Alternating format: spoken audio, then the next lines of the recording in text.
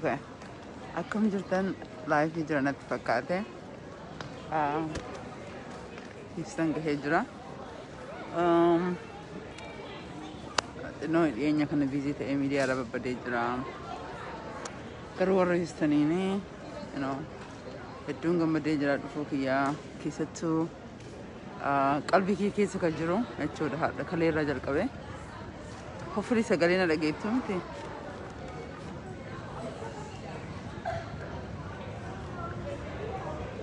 Sagalee na dhageettu.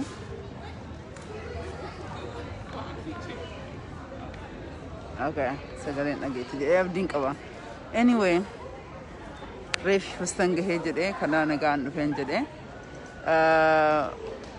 warra histaniitiin baay'een gammadee jira. Carraa kan argadhee isin dubbisuu dhufuu kiyyaa fi yeroo karaa qaxxaamuraarra jirra. Especially amma kalee dhukkubbii jawaar dhagahee atiin akkuma nama hedduu qalbiin keenya weerartee jirti. Jawaarii nama hoggaa baay'ee beeku wajji guddanne illee jechuu dandeenya dargaggummaarraa wal beekna. Nama hammamillee dhukkuba obsu hedduu nama dhukkuba hedduu dhoksee jedhu. So I think ani yeroo tokko xiqqoo ta'eetiin ilkaan na dhukkubee beeku. Yeroo tokko qofa na dhukkubee jiru kiyyaata ilkaan. I don't know warri ilkaan isin dhukkubee argitan ni beektu ta'a.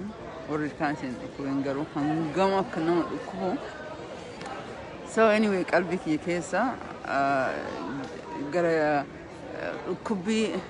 dhukkubbii obsesaa manidhaa keessatti jaalamaa guutuu akkanatti taa'ee hadhaas bahuu kiyyaa anillee kaleeman dhagahee jedhe. Actually miidiyaarraan dhagahee jalqabachi booda mirkaneeffadheen jedhe. Warra miidiyaarraa jechuu kiyya warra biyya san keessatti daawwatu miidiyaa biyya alaa kaachuu jiru. Anyway, ammani qabxii sadii kaasaa waliin dhufee jedhee malee akka Oromootti dhageettii addunyaa qabna. Mana keenya keessatti ammoo tarsiimatti deebi'uutti nu barbaachisa. Yeroon kun yeroo gaariidha. Yeroo hamaadha Oromoodhaaf jechuu kiyya. Yeroo gaarii waan jedhu Oromoon karaa tokko irratti deebi'ee hundinuu of argaa jira. Warri kalee dogongores Abiyyi yeroo Jawaariin manidhaa keessatti mana hakimaa ogguu Iskindar kalee qeerroo Oromoo manidhaa keessa baaste as dhufee nutti shororkeessoo jedhee himadha jedhe. Inni nutti gaafatamaa shororkeessotaati. Yeroo kana keessatti manni boordiin filannoo yoo isa akka filatamee jedhu hayyama kennu. Anyway, waa hedduu karraa haasofnu jira. Karraa haasofnutu jira. So waa sadii jechuudha. Inni tokko keessaa waa'ee dippiloomaasii ka beektanii inni lammataa chaaptaritti aanu yeroo gabaabaa keessatti ta'uu qabu jechuudha. Oromoon karaa tokko irra deemuu qaba. Isa irratti waan dalagaa jirrutu jira. Hirmaannaa kanarratti ammoo hundi keenyayyuu ila maal isinitti fakkaate. Sometimes ilmi namaa kun ofirra nama amannee jenna. Kanaafiyyuu hundi keessanuu bakka kanatti barbaachisaadha. Engadillee miidiyaa irratti waan tokko dubbadhee namni tokko attention kiyyaa fidee ture. Ani warra miidiyaa irra jedhee yoo dubbadheen jedhu yoo dhugaa dubbannee jennee harki 99 Oromoon miidiyaa irratti baheen dubbatu. So aktiivitoota teenyaa otoo hin ta'in miidiyaa warra kaawwan jechuudha. Especially cadhisiitumaa ka sheer godhuu ka nama arrabsuu ka waan taane qofa dubbatu jechuudha exclusively. So warra hamilee isin tuqee jiraadhee waan inni isiniif dubbatu isinitti fakkaate.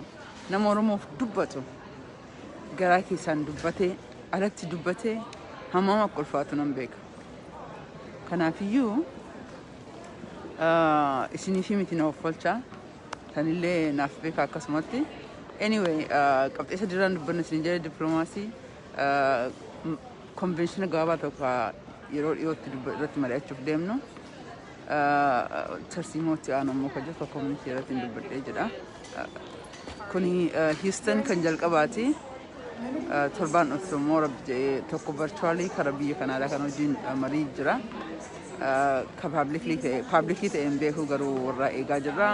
Hookaan immoo bakka biraallee deemna. Torbaan itti aanu immoo isteet biraa deemuutan jira kamisa akka diisiitiin alatti jechuudha. Torbaan kaanillee hanga Juulaayii wiikendii gara deemuutan jira. So beektonni keenya jechuudha qabsoo kanarratti nam tokko garri tokko godhee danda'u miti. Qabsoo diinni keenya keessaa nutti ba'e kana keessatti yoo wal taane qofa akka Oromootti irra ooluu dandeenya.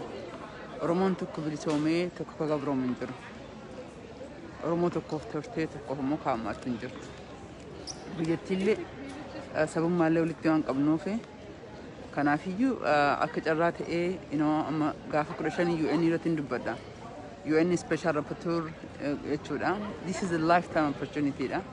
Keeziin keenya kara hedduu nu dhageetti argataa jirti kara UN kara EU hopefully EU illee waraqaa tokko eegaa jirra siniin jennee.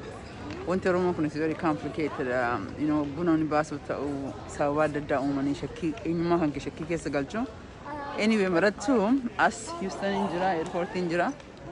Akkuma agartan kana hanga gabbahuuf isin dubbisan jedheetini na hordofaa warri Houston jiraachan carraa kanaan isin haa argu isinillee na arga yaada keessan isin beekuu barbaada isin irraa baruu barbaada waan jiru isinitti himuu barbaada harkaarsi keessan hin barbaada kanaafiyyuu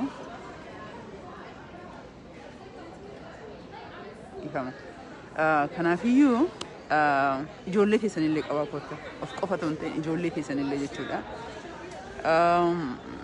Kaampeenii adda addaatu jira waa hedduutu deemuutu jira biyya sanii fi kan liid godhuu danda'u. Okay, dhiifama deemuun qaba telefoona kana deebisuun qaba dhiifama. Anyway walagarraa warra kaawwanillee bakka adda addaatti walagarraa isiniin jedha. Sagantaalee yoonaaf mijaa'ee jedhee akka kara ollaatiin dabarsinu yaaliin godhee jedha. Qeerroo Houstanii eeguutan jira hanga siif telefoona tokkoon deebisee jedha. Galatooma jiraachuu kiyya as gahuu kiyya nagahanii sanuma isinitti himuu fi maaliidha warri kenna maal jedha nama jibbuu fi adawii akka adawiin cabduuf kan kenna immoo yeroo akkana gurra qabnu kana keessatti abiyyi akka argaa jirtanii isinitti himee jira. Urga harba darbirraa jalqabeetti waan Ameerikaan jettee hojii oolchuuf akkanatti kadhachuutti jira akkanatti godhutti jira tokko verify godhaa jira. So quba qabdanii san miidiyaa irraallee dhaga'utti jirtanii garuu doesn't matter godhee dhabaatittillee okay godhee dhabaatittillee at the end of the day murtiin bira jira akka Oromootti eessatti murteessine kan jedhu mee bal'inaan haasofnee jedha fayyaanaa ta'a.